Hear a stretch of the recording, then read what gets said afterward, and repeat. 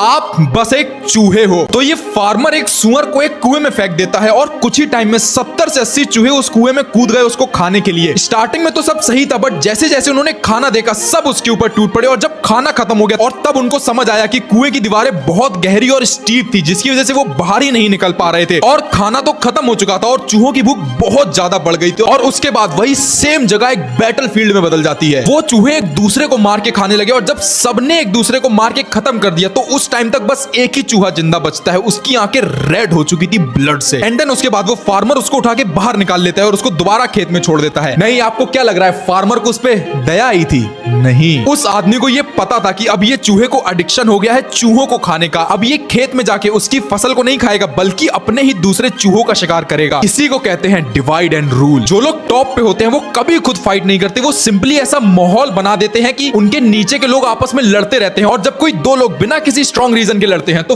फायदा हमेशा तीसरे का ही होता है, या उसका होता है जो पूरा का पूरा गेम कंट्रोल कर रहा है। हम लोग उनके लिए बस भेड़ बकरियों के बराबर है। और अपने देश में ऐसा कौन कर रहा है और कैसे कर रहा है आप सबको पता है। बाकी आप समझदार हो, कर लो फॉलो।